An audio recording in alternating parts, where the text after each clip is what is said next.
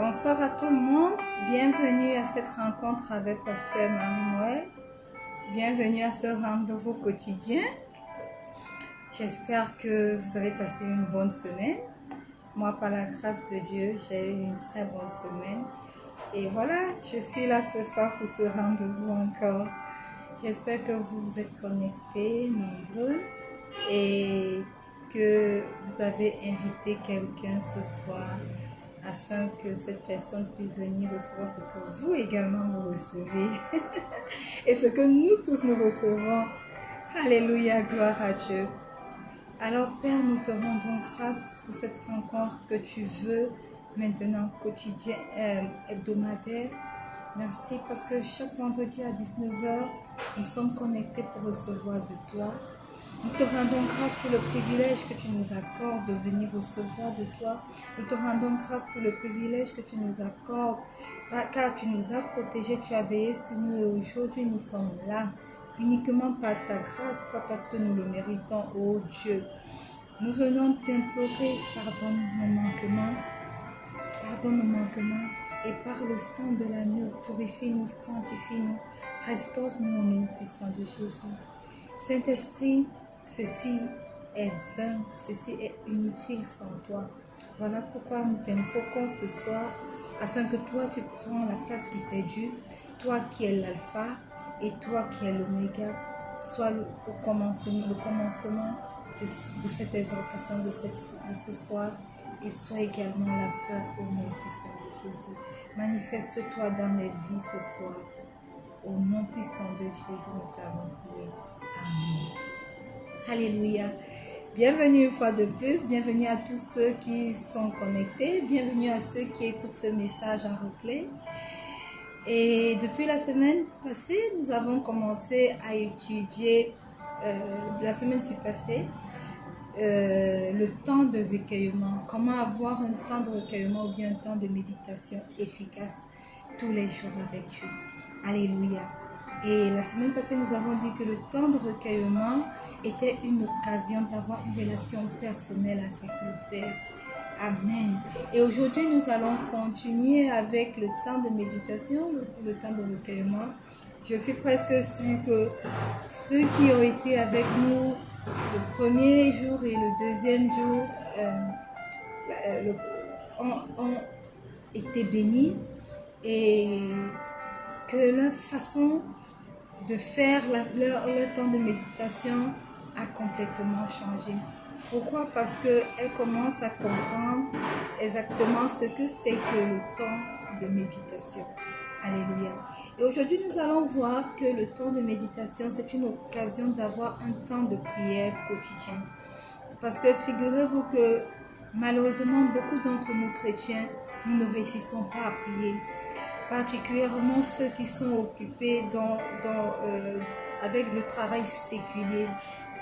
Alléluia. Donc ça devient un véritable challenge pour le chrétien d'aujourd'hui de pouvoir prier. Mais la bonne nouvelle ce soir, c'est que le temps de méditation nous donne également une occasion de pouvoir prier quotidiennement. Alléluia. Donc, le temps de méditation n'est pas seulement consacré à la lecture et à l'étude de la Bible, mais il est également consacré à prier. Alléluia. Donc, les deux vont ensemble. La méditation, la lecture de la parole de Dieu et la prière vont de pair. Voilà pourquoi la prière qui est stratégique, la prière qui porte du fruit, est celle-là même qu'on utilise en s'appuyant sur les versets, en s'appuyant sur la parole de Dieu, en lui disant, écoute ta parole, ou bien toi-même tu as dit ceci. Voilà pourquoi je peux m'appuyer sur cette parole pour te demander ceci. Alléluia. Donc, sachez bien aimés que la méditation et la prière vont ensemble. Amen. Et donc, aujourd'hui, nous allons nous appuyer, c'est un exemple dans la Bible, pour parler de l'occasion que nous donne la méditation pour pouvoir prier. Alléluia. Mais l'une des choses que j'aimerais dire de prime abord, avant d'entrer dans le vif du sujet, c'est que la prière est très importante. Alléluia. La prière est très importante et le temps de méditation nous donne l'occasion de pouvoir prier. Amen. Et nous allons prendre l'exemple de Daniel. Pourquoi est-ce que nous allons prendre l'exemple de Daniel? Tout au long de ces minutes que nous allons dérouler, vous allez comprendre pourquoi nous avons choisi l'exemple de Daniel. Pour montrer comment le temps de méditation nous donne l'occasion de pouvoir prier quotidiennement. Alléluia. Si nous ouvrons nos Bibles dans le livre de Daniel, Daniel le chapitre 6, verset 11, il est écrit: lorsque Daniel sut que le décret était signé, il monta chez lui, dans la chambre à l'étage dont les fenêtres étaient ouvertes dans la direction de Jérusalem. 3 fois par jour, il se mettait à genoux. Il priait et louait son Dieu comme il le faisait auparavant. Alléluia. Notez que ici, dans ce verset, on dit comme il le faisait auparavant. Ce qui signifie que c'était devenu une habitude, c'était devenu un style de vie, c'était devenu une coutume de Daniel que d'aller dans sa chambre et de prier 3 fois par jour. Alléluia. Très souvent, bien aimés, les gens qui prospèrent ont l'impression qu'ils sont très occupés, ont l'impression qu'ils n'ont plus de temps pour prier, ont l'impression qu'ils n'ont plus de temps pour rechercher la face de Dieu, pour rechercher la présence de Dieu à travers le temps de méditation. Et malheureusement, nous nous rendons compte que ces gens cessent d'aller dans la présence du Seigneur, cessent d'aller dans les réunions de mardi ou alors de jeudi selon les assemblées dans lesquelles nous nous trouvons, et privilégient le travail qu'ils ont, le travail de Pharaon qu'ils ont. Excusez-moi de dire le travail de Pharaon. Alléluia. Mais c'est comme ça, dans la famille spirituelle dont j'appartiens, que nous appelons le travail séculier. Pour dire que ce travail nous tient sous le joug, comme Pharaon tenait le peuple d'Israël sous le joug de l'esclavage. Alléluia. Mais voyez-vous, Daniel était un homme très important. Daniel était un homme très influent de son époque. Il était important parce qu'il était le numéro 2. Après le roi venait Daniel. Donc imaginez-vous qu'il devait être très occupé par les affaires de l'État. Il devait être très occupé à gouverner ce pays et à donner des rapports au roi. Il devait être très occupé à s'occuper de toutes les affaires du roi, même les affaires particulières du roi. Mais la Bible dit qu'il priait comme auparavant, comme il avait l'habitude de le faire. Ça veut dire quoi? Ça veut dire que malgré le fait que Daniel ait prospéré, qu'il soit quitté de l'étape d'esclave à l'étape de numéro 2, il était le premier ministre. Cela ne l'empêchait pas de rechercher Dieu. Cela ne l'empêchait pas d'entrer dans un temps de méditation et à travers ce temps de méditation, de prier 3 fois par jour. Alléluia. Donc j'imagine qu'avec son poste, il devait être hyper occupé, méga occupé. Beaucoup plus que nous-mêmes aujourd'hui qui sommes dans ces différents travaux séculiers. Mais il trouvait du temps pour méditer et pour prier. Pourquoi? Parce qu'il savait qu'il n'y avait rien de plus important dans ce monde que le temps qu'il passait avec Dieu. Alléluia. Alors bien-aimé, est-ce que tu te retrouves? Est-ce que tu as un travail prenant? Un travail qui ne te donne même pas l'occasion, dis-tu, de pouvoir entrer dans la présence de Dieu? Si c'est le cas, il est temps que tu prennes conscience que même Daniel, qui était le vice-président de tous d'un pays trouvait du temps pour prier par jour 3 fois, pour méditer et prier 3 fois. Cela doit être un exemple pour nous. Alléluia. Cela doit être un exemple pour nous. Personne n'est trop occupé, trop béni ou trop prospère pour prier. Même pas toi. Même pas moi. Amen. Et plus nous nous élevons, socialement parlant, plus nous avons de responsabilités. Et alors, il est temps pour nous de nous dire, plus nous avons de responsabilités, plus nous avons besoin de Dieu. Et pas le contraire. Les responsabilités ne doivent pas nous amener à nous éloigner de Dieu. Non, elles doivent plutôt être le catalyseur pour que nous recherchions Dieu plus qu'avant même. Parce que plus on a de responsabilités, plus on a de la pression, plus on a du stress. Et la seule chose qui est capable de nous soutenir, la seule personne qui est capable de nous soutenir, c'est Dieu. Et c'est demeurer dans sa présence qui nous apporte la paix dont nous avons besoin.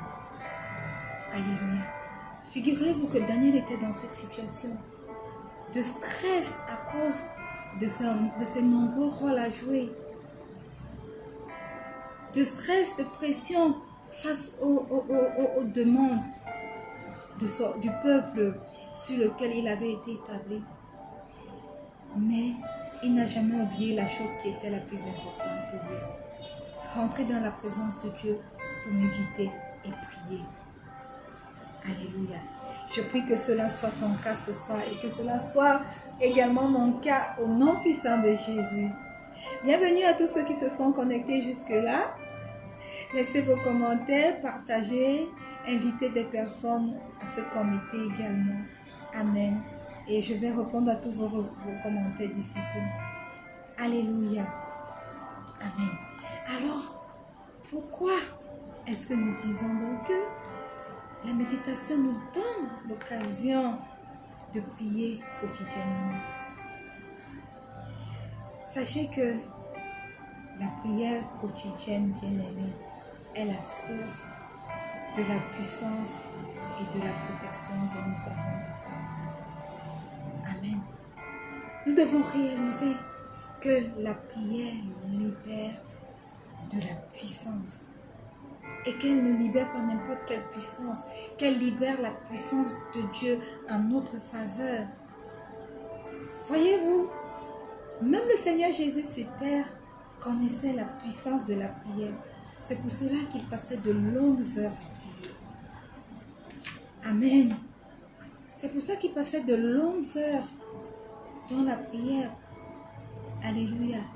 Et la Bible dit dans Ephésiens 6, 18 que, la Bible décrit dans Ephésiens 6, 18 que la prière est l'armure de Dieu. La prière est l'armure dont nous avons besoin pour nous protéger des choses de ce monde. La prière est l'armure dont nous avons besoin pour nous protéger des attaques de l'ennemi. Et la méditation, le temps de méditation nous donne justement l'occasion d'entrer dans une prière profonde, dans des prières stratégiques avec Dieu. Alléluia. Quand nous revenons sur le cas de Daniel, de nombreuses personnes avaient médité sa mort, n'est-ce pas? De nombreuses personnes voulaient le voir mourir. De nombreuses personnes, parmi lesquelles les proches du roi, voulaient l'éliminer. Mais Daniel a été sauvé par quoi? Il a été sauvé par une seule chose. Il a été sauvé par la puissance de la prière qu'il faisait quotidiennement. Par la protection qui était, qui était relâchée dans sa vie à cause de la prière quotidienne qu'il faisait. Voilà pourquoi, dans la fosse aux lions, les lions n'ont pas pu ouvrir leur gueule pour dévorer Daniel. Je ne sais pas dans quelle fosse aux lions tu te trouves aujourd'hui, bien-aimé. Mais sache que tu as la clé dont tu as besoin pour pouvoir ouvrir cette fosse et sortir. Ou alors pour pouvoir fermer la gueule de ce lion qui se trouve dans cette fosse avec toi. la prière. Cette prière qui relâche protection dans ta vie. Cette prière qui relâche la protection dans ta vie. Alléluia. Et qui relâche la puissance en ta faveur. Amen. Quand nous lisons dans Luc 3, le verset 21, il est écrit: Jésus aussi reçut le baptême, et pendant qu'il priait, le ciel s'ouvrit.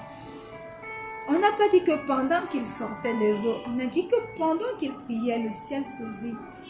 Est-ce que vous comprenez que la prière est tellement puissante qu'elle peut faire ouvrir les cieux pour vous? Oh oui, elle peut faire ouvrir les cieux pour vous. Et le temps de méditation nous donne l'occasion de prier. Amen. Beaucoup d'entre nous, le matin, dès que nous nous levons à je ne sais pas, 6 heures, nous vaquons rapidement à nos tâches. Et puis nous nous mettons peut-être dès 6h30, 7h en route pour pouvoir aller dans le travail, faire le travail de Pharaon. Et c'est tellement prenant, tellement stressant que à 18h, nous sommes en train de rentrer peut-être à 18h à la maison. Peut-être à 19h, peut-être à 20h, et quand nous rentrons, nous sommes fatigués. À peine nous avons mangé que nous avons les yeux fermés. Des fois, c'est sur la chaise. C'est sur la chaise où tu es assis pour manger que le sommeil te récupère. Et quand tu ouvres les yeux, waouh, il est déjà 22h. Juste le temps pour toi de te lever, aller déposer certainement ton plat dans la cuisine et aller dans la chambre pour te coucher. Bien-aimés, croyez-moi, je sais exactement de quoi je parle parce que moi également, je suis sujet à cela. Mais voyez-vous, lorsque vous avez votre temps de rencontre quotidien avec Dieu, cela vous donne également l'occasion de prier. Amen. Alléluia. Et la prière quotidienne est importante. Deuxièmement, parce que nous avons dit que premièrement, elle est importante parce qu'elle nous permet de relâcher la puissance de Dieu et d'accueillir de la protection. Deuxièmement, elle est importante parce qu'elle nous permet d'acquérir elle est importante pour acquérir et soutenir les bénédictions de Dieu dans nous. La Bible dit que demandez et vous recevrez. Amen. La plupart du temps, nous demandons, Seigneur, bénis-nous, Seigneur, accorde-nous une promotion, Seigneur, accorde-nous le mariage, accorde-nous des enfants, selon ce que nous demandons au Père. Et le Père nous l'accorde. Mais laissez-moi vous dire, bien-aimés, que c'est une chose de recevoir ce que nous demandons au Père. Ça n'est une autre de pouvoir garder ce que nous avons reçu, de pouvoir soutenir ce que nous avons acquis. Alléluia. Nous pouvons être aujourd'hui au rang de ministre comme Daniel, être bénis et avoir de grands biens. Mais demain, il est possible également que nous nous retrouvons sans rien. Pourquoi? Parce que la force qui nous permet d'acquérir ces biens et de les conserver n'a pas été en application dans nos vies. Est-ce que vous connaissez, vous également, des exemples de grands milliardaires sur cette terre qui étaient très prospères, mais du jour au lendemain qui sont devenus pauvres? Cela n'est possible que lorsque nous ne prions pas. Je vous choque en vous disant ça, n'est-ce pas? Mais sachant que il n'y a que la prière qui puisse nous permettre de conserver ce que nous avons acquis. Alléluia. Amen. C'est pas la prière que Daniel a accédé au rang de numéro 2. C'est pas la prière que malgré tous les pièges, il est resté à ce niveau-là. Il n'est écrit nulle part dans la Bible que Daniel a été éjecté de son poste de Premier ministre. C'est donc grâce à la prière qu'il a su maintenir son décret de prospérité, aussi bien que son rang. Ce n'est pas la prière, bien-aimé, que ce poste que Dieu a permis que tu aies. Ce n'est pas la prière que tu es capable de conserver ce poste. Ce n'est pas la prière que tu seras capable de le conserver. Amen. Bienvenue tous ceux qui se connectent maintenant. Laissez vos commentaires. Laissez vos sujets de prière. Laissez, je ne sais pas ce que vous voulez laisser. Je me ferai un plaisir de pouvoir vous répondre juste après. Alléluia. Amen. Et le temps de méditation quotidien devient plus efficace, aussi bien que la prière lorsqu'elles sont faites de manière régulière. Alléluia. Voyez-vous, si nous sommes dans ce monde, nous devons apprendre à acquérir de bonnes habitudes.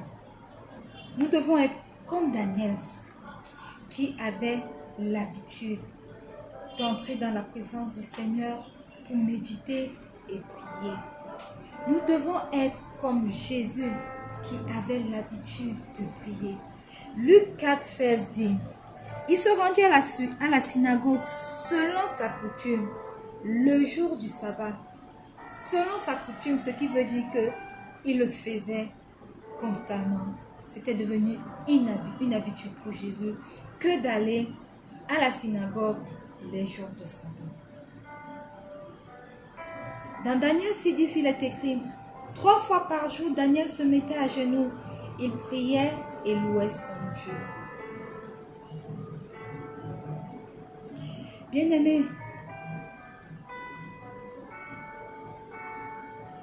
nous ne devons pas vivre une vie où nous n'avons pas de temps d'entrer dans la présence de Dieu, ni de temps pour prier. Nous devons vivre une vie où nous avons du temps pour entrer dans sa présence, méditer sa parole, prier quotidiennement. C'est très important que le temps de méditation et la prière aient leur place dans nos vies. Nous ne devons pas le faire une fois en passant par semaine ou bien une fois par mois. Ces deux éléments doivent avoir leur place dans nos vies.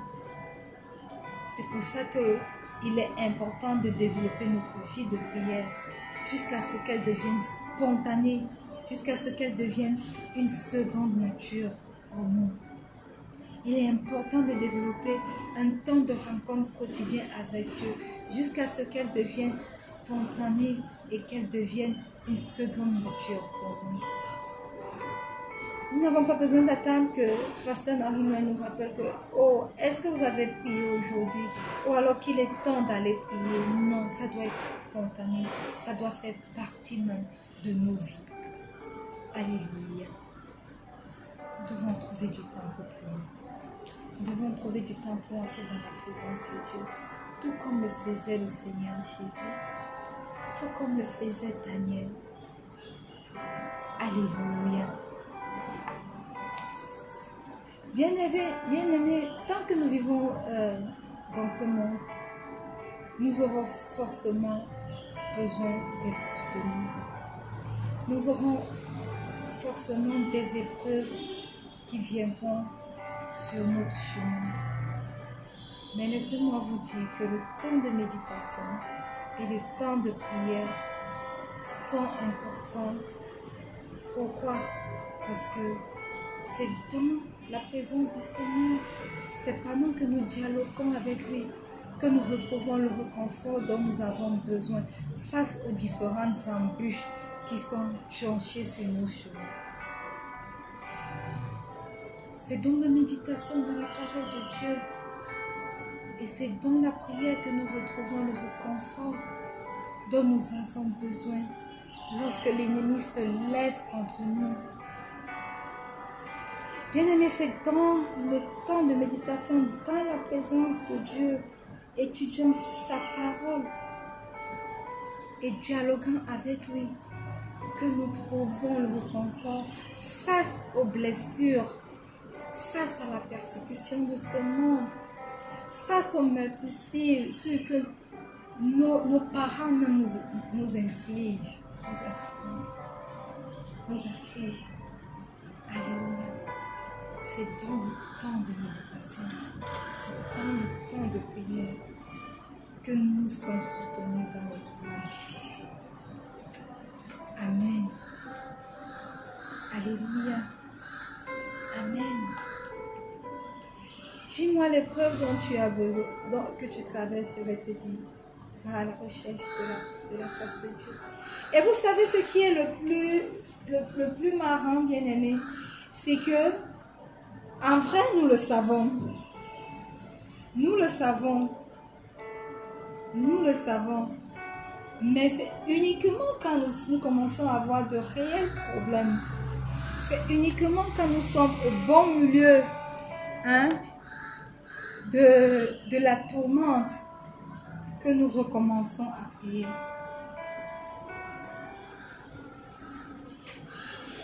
Amen. Beaucoup de personnes, quand tout va bien, ne pensent plus à Dieu. Nous pensons que nous méritons peut-être plus que d'autres personnes le poste que nous avons ou alors les bénédictions que nous avons. Mais nous oublions que ces bénédictions, ce statut social, cette fortune que nous avons, cette réputation que nous avons nous vient uniquement de Dieu. Et nous embrassons ces choses et nous les donnons la première place dans nos vies. Plus que elles arrivent à prendre même la place de celui qui vous les a accordées, qui nous les a accordées. Elles deviennent si importantes que le Seigneur dans nos vies regresse et ne trouve plus de place. Mais c'est quand tout va mal, quand les choses commencent à sombrer, qu'on se dit, oh Seigneur, qu'on commence à l'appeler. Oh non. Si vous êtes, par exemple, appelé le meilleur ami d'une personne et que cet ami n'est avec vous que quand tout va mal, quand tout va bien, elle ne s'approche pas de vous. Quand tout va mal, tout sombre, c'est en ce moment qu'elle commence à vous chercher. Désignerez-vous cette personne comme étant votre meilleur ami?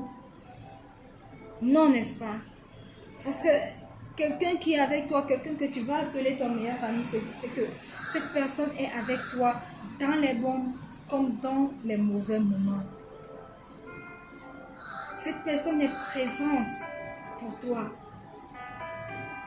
Et c'est la même chose avec Dieu. Dieu attend que dans les bons, tout comme dans les mauvais moments, nous nous approchons de lui. Dieu attend que lorsque nous nous réjouissons, nous soyons avec lui.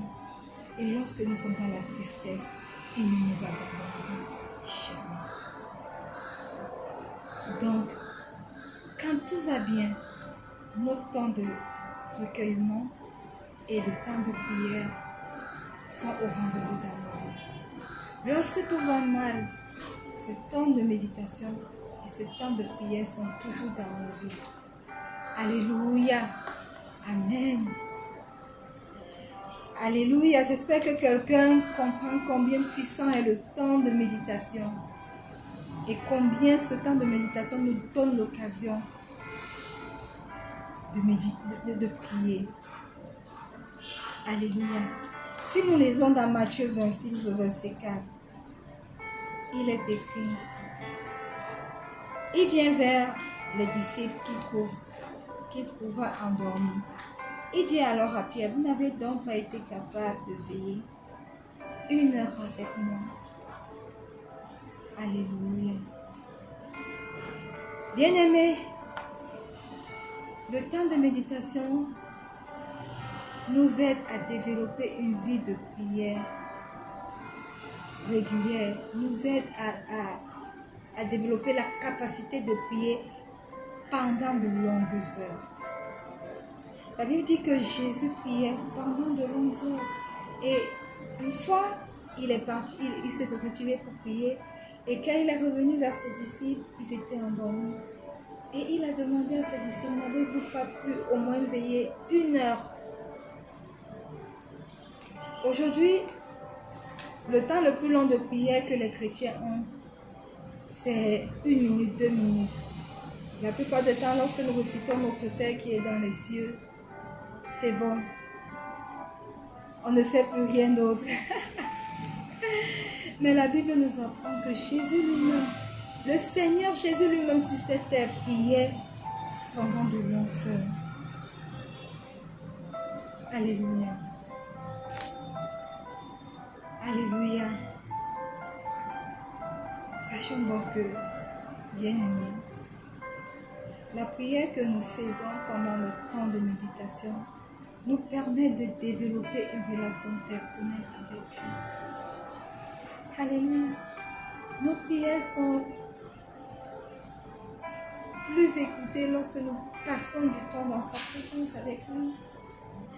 Là, il écoute facilement nos prières. Alléluia. Et plus nous prions, plus nous passons du temps à méditer la Bible, plus notre vie de prière, notre vie de méditation ressemblera à celle du Christ. Dans Marc 1,35, il est écrit quoi? Au matin, alors qu'il faisait encore sombre, il se leva et sortit pour aller dans un lieu désert où il se mit à prier. Dans Marc 6, verset 46, il est écrit, il prit donc congé et s'en alla sur la montagne pour prier. Dans Luc 6, verset 12, en ces jours-là, Jésus s'en alla prier dans la montagne. Il passa toute la nuit à prier Dieu. J'aimerais vous faire comprendre, bien-aimés, que Jésus n'avait pas un seul moment pour prier. Il n'avait pas un seul moment pour entrer dans la présence de Dieu. Le matin, il entrait dans la présence de Dieu. La nuit, il entrait dans la présence de Dieu. Il méditait et puis il priait. Dans la journée même, il entrait dans la présence de Dieu. C'est la même chose que nous voyons dans la vie de Daniel, qui priait 3 fois par jour. Sachez que à n'importe quelle heure, nous pouvons entrer dans sa présence. Nous pouvons le prier. Il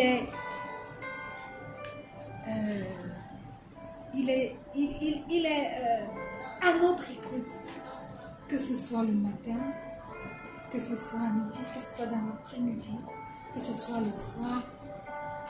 Le Seigneur est à notre écoute. Du moment où nous venons à lui, il vient également à nous. Il nous écoute et il nous remplit de ses dons. Amen. Encore une chose importante que j'aimerais partager avec vous ce soir avant que nous ne clôturons, nous sommes presque arrivés à la fin, c'est que le temps de recueillement est également une occasion pour nous d'obtenir la sagesse. Amen. Non seulement le temps de recueillement est une occasion de nous rapprocher de Dieu, comme nous l'avons vu la semaine passée, c'est une occasion de vaincre la superficialité, comme nous l'avons vu la semaine passée. C'est également une occasion de prier et d'obtenir la sagesse.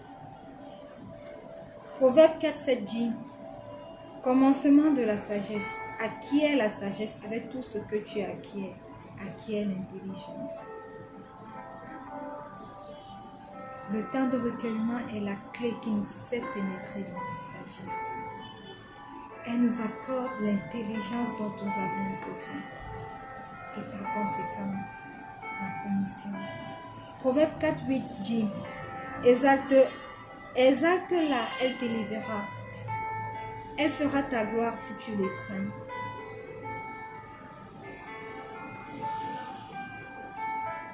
Le temps de méditation nous permet d'être élevé et nous permet d'acquérir de la gloire. Waouh!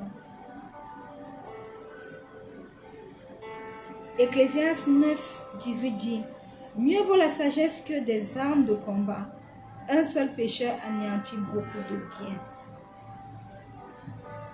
Le temps de recueillement est la clé qui nous fait pénétrer dans la sagesse et par conséquent nous donne la victoire.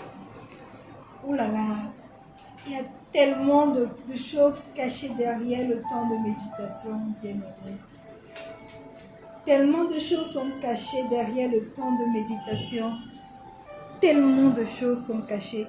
Lisons Proverbe 8, du verset 18 au verset 21, il est écrit « Avec moi il y a richesse et gloire, bien durable et justice, pour donner un patrimoine à ceux qui m'aiment et remplir leur trésor. »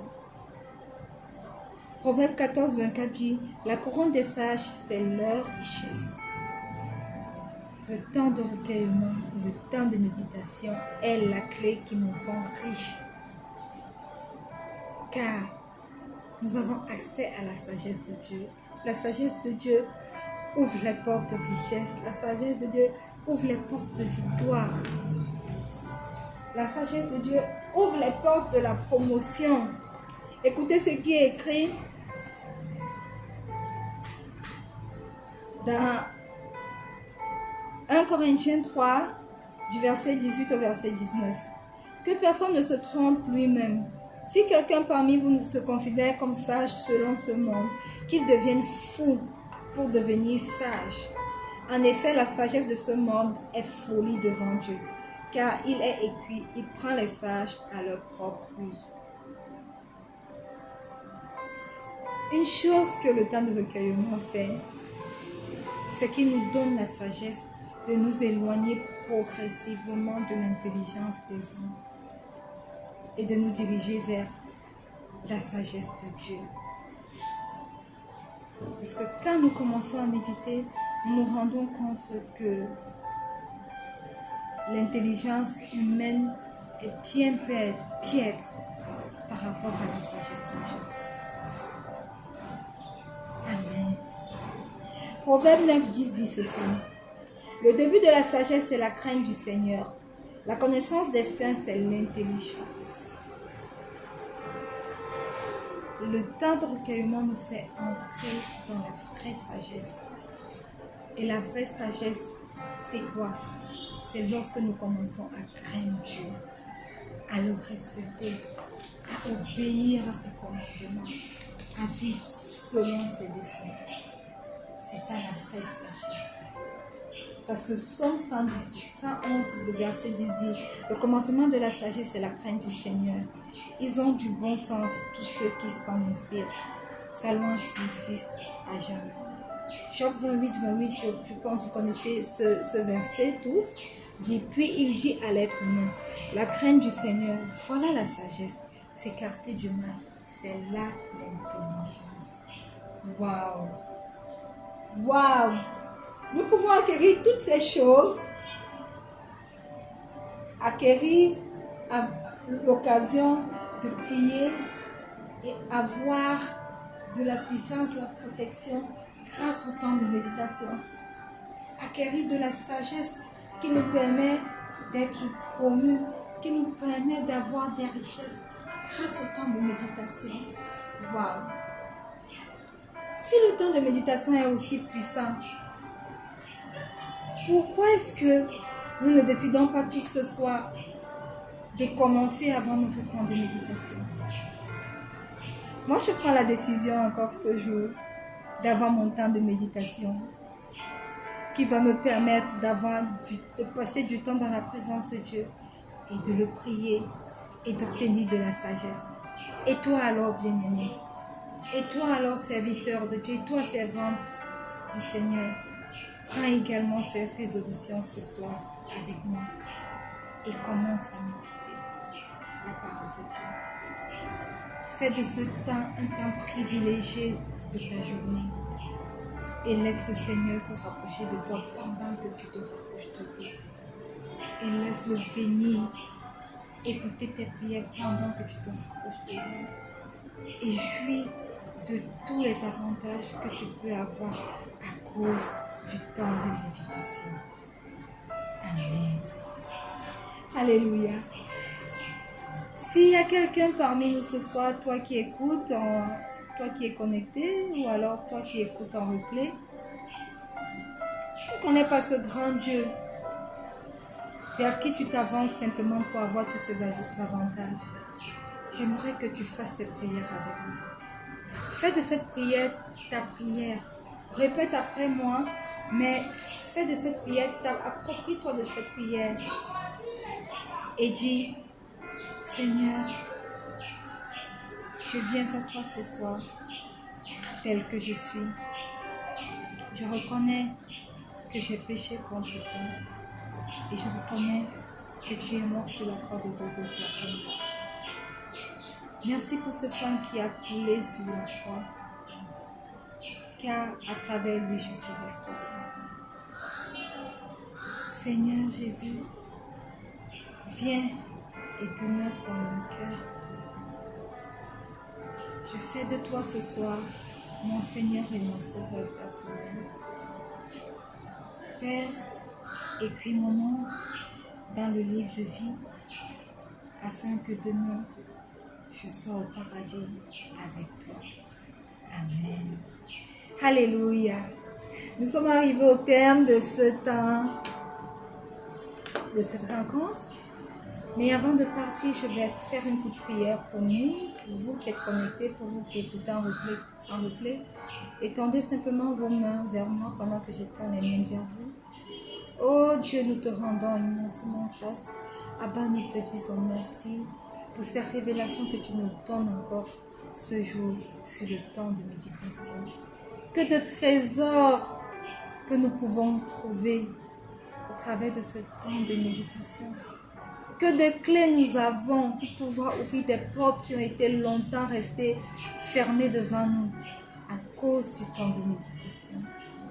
Papa, ma prière pour nous ce soir est que tu nous accordes la grâce de pouvoir entrer quotidiennement dans ta présence, de pouvoir méditer ta parole, de pouvoir prier et de recevoir ta sagesse au nom puissant de Jésus. Fais-le pour ta servante que je suis et fais-le pour chaque personne connectée ce soir. Fais-le pour chaque personne qui écoutera ce message en replay. Et pendant que nous nous séparons, je prie et je déclare la protection divine sur la vie de chacune des personnes présentes ce soir et de ces personnes qui écoutent en replay. Je prie et je déclare la provision quotidienne. Et je déclare que nous ne manquerons de rien au nom puissant de Jésus. Que nos vies de prière, que nos vies, notre relation avec Dieu soit à jamais révolutionnées à cause du temps à cause des secrets que nous apprenons de ce temps de méditation au nom puissant de Jésus. Amen. Amen. Bien-aimés, nous sommes arrivés à la fin de cette rencontre avec Pasteur Marie-Noël. J'espère que vous avez été bénis. Moi, je l'ai immensément été. Si vous êtes chrétien, j'aimerais, avant que nous nous séparions, vous inviter à avoir un temps de méditation quotidienne. Pour les simples raisons que nous avons citées aujourd'hui et depuis 2 semaines déjà. Je vais également vous inviter à prier, à avoir ce moment où vous dialoguez avec votre Père. Et puis si vous vous appelez chrétien, et vous n'appartenez pas à une famille spirituelle, il est temps pour vous, bien-aimés, de commencer, de trouver une famille spirituelle et de commencer à la fréquenter régulièrement. Alléluia. Amen. Moi, j'appartiens à la famille du premier amour, First Love Yaoundé, au Cameroun, et muté de la branche de Douala récemment pour la branche de Yaoundé.